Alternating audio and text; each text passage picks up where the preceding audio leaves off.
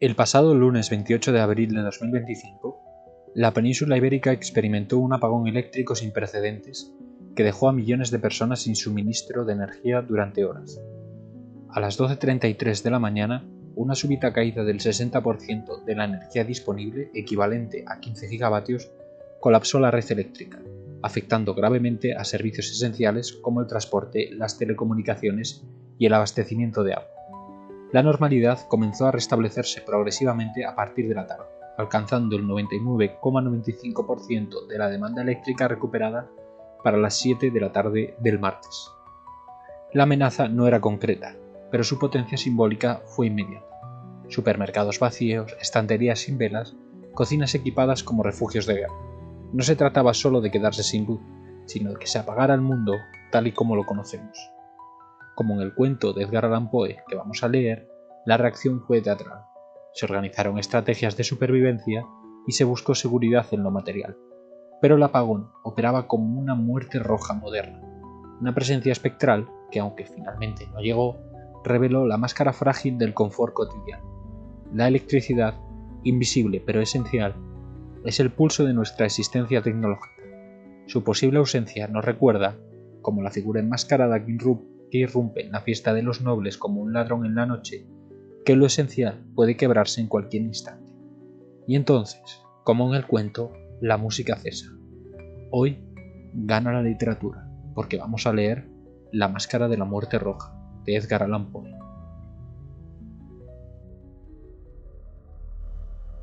La muerte roja había devastado el país durante largo tiempo. Jamás una peste había sido tan fatal y tan espantosa. La sangre era su encarnación y su sello, el rojo y el horror de la sangre. Comenzaba con agudos dolores, un vértigo repentino, y luego los poros sangraban y sobrevenía la muerte. Las manchas escarlata en el cuerpo y la cara de la víctima eran el bando de la peste, que la aislaba de toda ayuda y de toda simpatía. Y la invasión, progreso y fin de la enfermedad se cumplían en media hora. Pero el príncipe próspero era feliz, intrépido y sagaz.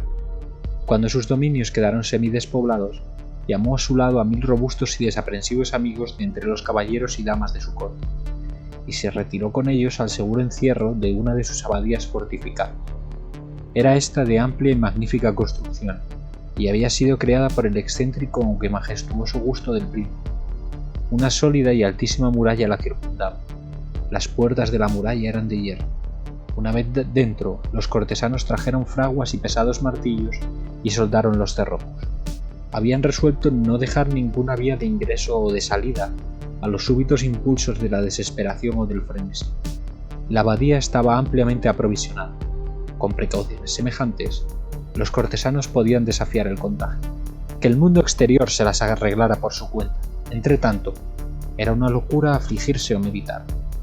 El príncipe había reunido todo lo necesario para los placeres. Había bufones, improvisadores, bailarines y músicos. Había hermosura y vino. Todo eso y la seguridad estaban del lado de adentro. Afuera estaba la muerte roja.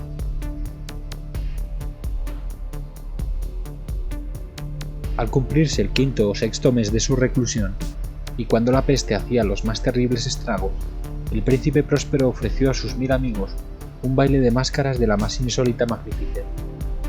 Aquella mascarada era un cuadro voluptuoso, pero permitidme que antes os describa los salones donde se celebraba. Eran 7, una serie imperial de estancias.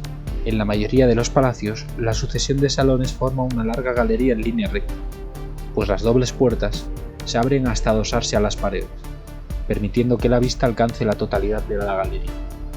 Pero aquí se trataba de algo muy distinto, como cabía esperar del amor del príncipe por lo extraño. Las estancias se hallaban dispuestas con tal irregularidad que la visión no podía abarcar más de una a la vez. Cada 20 o 30 yardas había un brusco recorte, y en cada uno nacía un nuevo efecto. A derecha e izquierda, en mitad de la pared, una alta y estrecha ventana gótica daba a un corredor cerrado que seguía el contorno de la serie de salones. Las ventanas tenían vitrales cuya coloración variaba con el tono dominante de la decoración del aposento. Si, por ejemplo, la cámara de la extremidad oriental tenía tapicerías azules, vívidamente azules eran sus ventanas. La segunda estancia ostentaba tapicerías y ornamentos purpúreos, y aquí los vitrales eran púrpuras. La tercera era enteramente verde, y lo mismo los cristales. La cuarta había sido decorada e iluminada con tono naranja, la quinta con blanco, la sexta con violeta. El séptimo aposento aparecía completamente cubierto de colgaduras de terciopelo negro, que abarcaban el techo y las paredes, cayendo en pesados pliegues sobre una alfombra del mismo material y tonalidad.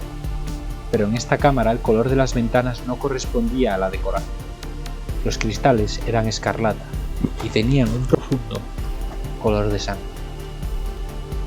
A pesar de la profusión de ornamentos de oro que aparecían aquí y allá o colgaban de los techos, en aquellas 7 estancias no había lámparas ni candelabros. Las cámaras no estaban iluminadas con bujías o arañas, pero en los corredores paralelos a la galería y opuestos a cada ventana se alzaban pesados trípodes que sostenían un ígneo brasero, cuyos rayos proyectábanse a través de los cristales teñidos e iluminaban brillantemente cada estancia. Producían en esa forma multitud de resplandores tan vivos como fantásticos. Pero en la cámara del poniente, la cámara negra, el fuego que a través de los cristales del color de la sangre se derramaba sobre las sombrías colgaduras, producía un efecto terriblemente siniestro, y daba una coloración tan extraña a los rostros de quienes penetraban en ella, que pocos eran lo bastante audaces para poner allí los pies. En este aposento, contra la pared del poniente, se apoyaba un gigantesco reloj de ébano. Su péndulo se balanceaba con un resonar sordo, pesado, monótono, y cuando el minutero había completado su circuito y la hora iba a sonar, de las entrañas de bronce del mecanismo nacía un tañido claro y resonante, lleno de música. Mas su tono y su énfasis eran tales que a cada hora los músicos de la orquesta se veían obligados a interrumpir momentáneamente su ejecución para escuchar el sonido, y las parejas danzantes cesaban por fuerza sus evoluciones. Durante un momento, en aquella alegre sociedad, reinaba el desconcierto, y mientras aún resonaban los tañidos del reloj, era posible observar que los más atolondrados palidecían y los demás sedad y reflexión se pasaban la mano por la frente, como si se entregaran a una confusa meditación o a un ensueño. Pero apenas los ecos cesaban del todo, livianas risas nacían en la asamblea. Los músicos se miraban entre sí, como sonriendo de su insensata nerviosidad, mientras se prometían en voz baja que el siguiente tañido del reloj no provocaría en ellos una emoción semejante. Mas al cabo de 60 minutos, que abarcan 3600 segundos del tiempo que huye, el reloj daba otra vez la hora, y otra vez nacían el desconcierto, el temblor y la meditación. Pese a ello, la fiesta era alegre y magnífica. El príncipe tenía gustos singulares. Sus ojos se mostraban especialmente sensibles a los colores y sus efectos. Desdeñaba los caprichos de la mera moda. Sus planes eran audaces y ardientes, sus concepciones brillaban con bárbaro esplendor. Algunos podrían haber creído que estaba loco. Sus cortesanos sentían que no era así. Era necesario oírlo, verlo y tocarlo para tener la seguridad de que no lo estaba. El príncipe se había ocupado personalmente de gran parte de la decoración de las 7 salas destinadas a la gran fiesta, y su gusto había guiado la elección de los disfraces. Grotescos eran estos, a no dudarlo. Reinaban en ellos el brillo, el esplendor, lo picante y lo fantasmagórico, mucho de eso que más tarde habría de encontrarse en Hernani. Veíanse figuras de arabesco, con siluetas y atuendos incongruentes. Veíanse fantasías delirantes, como las que aman los maníacos. Abundaba allí lo hermoso, lo extraño, lo licencioso, y no faltaba lo terrible y lo repelente. En verdad, en aquellas 7 cámaras se movía, de un lado a otro, una multitud de sueños. Y aquellos sueños se contorsionaban en todas partes, cambiando de color al pasar por los aposentos, y haciendo que la extraña música de la orquesta pareciera el eco de sus pasos. Mas otra vez tañe el reloj que se alza en el aposento de terciopelo. Por un momento todo queda inmóvil, todo es silencio salvo la voz del reloj. Los sueños están helados, rígidos en sus posturas, pero los ecos del tañido se pierden, apenas han durado un instante, y una risa ligera a media sofocada flota tras ellos en su fuga. Otra vez crece la música, viven los sueños, contorsionándose de aquí para allá con más alegría que nunca, coloreándose al pasar ante las ventanas por las cuales irrumpen los rayos de los trípodes. Mas en la cámara que da al oeste ninguna máscara se aventura, pues la noche avanza y una luz más que roja se filtra por los cristales del color de la sangre. Aterradora es la tiniebla de las colgaduras negras, y para aquel cuyo pie se pose en la sombría alfombra, brota del reloj de ébano un ahogado resonar mucho más solemne que los que alcanzan a oír las máscaras entregadas a la lejana alegría de las otras estancias. Congregábase densa multitud en estas últimas, donde afiebradamente latía el corazón de la vida. Continuaba la fiesta en su torbellino hasta el momento en que comenzaron a oírse los tañidos del reloj anunciando la medianoche. Cayó entonces la música, como ya he dicho, y las evoluciones de los que bailaban se interrumpieron, y como antes, se produjo en todo una sensación angustiosa. Mas esta vez el reloj debía tañer 12 campanadas, y quizá por eso ocurrió que los pensamientos invadieron en mayor número las meditaciones de aquellos que reflexionaban entre la multitud entregada a la fiesta. Y quizá también por eso ocurrió que antes de que los últimos ecos del carrillón se hubieran hundido en el silencio, muchos de los concurrentes tuvieron tiempo para advertir la presencia de una figura enmascarada que hasta entonces no había llamado la atención de nadie. Y habiendo corrido en un susurro la noticia de aquella nueva presencia, alzóse al final un rumor que expresaba desaprobación, sorpresa y finalmente espanto, horror y repugnancia. En una asamblea de fantasmas como la que acabo de describir, es de imaginar que una aparición ordinaria no hubiera provocado semejante conmoción. El desenfreno de aquella mascarada no tenía límites, pero la figura en cuestión lo ultrapasaba e iba incluso más allá de lo que el liberal criterio del príncipe toleraba.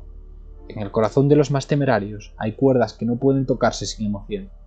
Aún en el más relajado de los seres, para quien la vida y la muerte son igualmente un juego, sabe que hay cosas con las cuales no se puede jugar. Los concurrentes parecían sentir en lo más hondo que el traje y la apariencia del desconocido no revelaban ni ingenio ni decoro. Su figura alta y flaca estaba envuelta de la cabeza a los pies en una mortaja. La máscara que ocultaba el rostro se parecía de tal manera al semblante de un cadáver ya rígido que el escrutinio más detallado se habría visto en dificultades para descubrir el engaño. Cierto, aquella frenética concurrencia podía tolerar, si no aprobar, semejante disfraz, pero el enmascarado se había atrevido a asumir las apariencias de la muerte roja.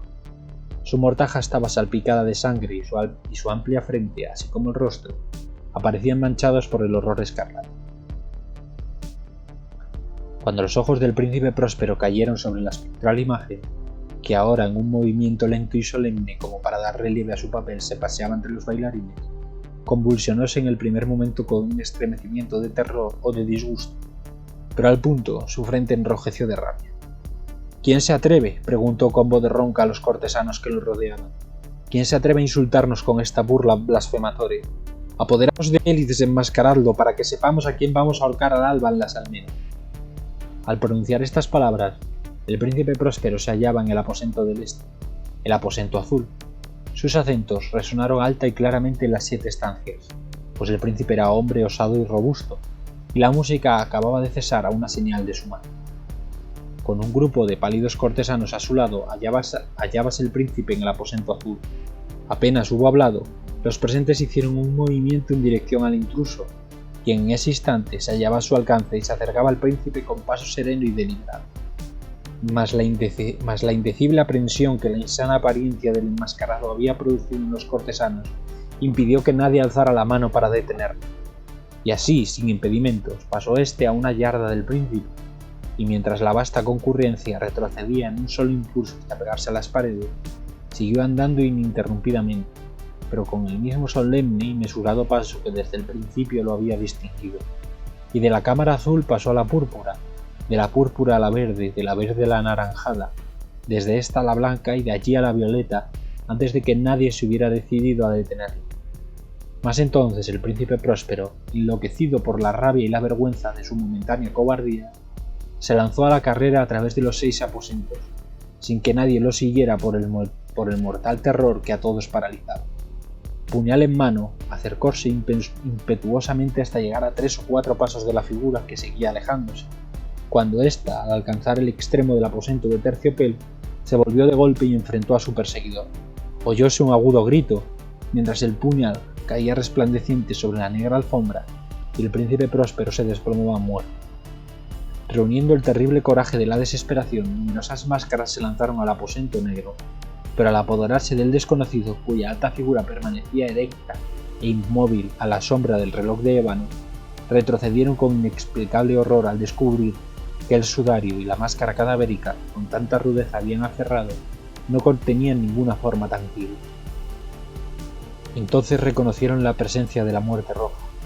Había venido como un ladrón en la noche, y uno por uno cayeron los convidados en las salas de orgía manchadas de sangre, y cada uno murió en la desesperada actitud de su caída, y la vida del reloj de ébano se apagó con la del último de aquellos alegres seres, y las llamas de los trípodes expiraron, y las tinieblas y la corrupción y la muerte roja lo dominaron todo.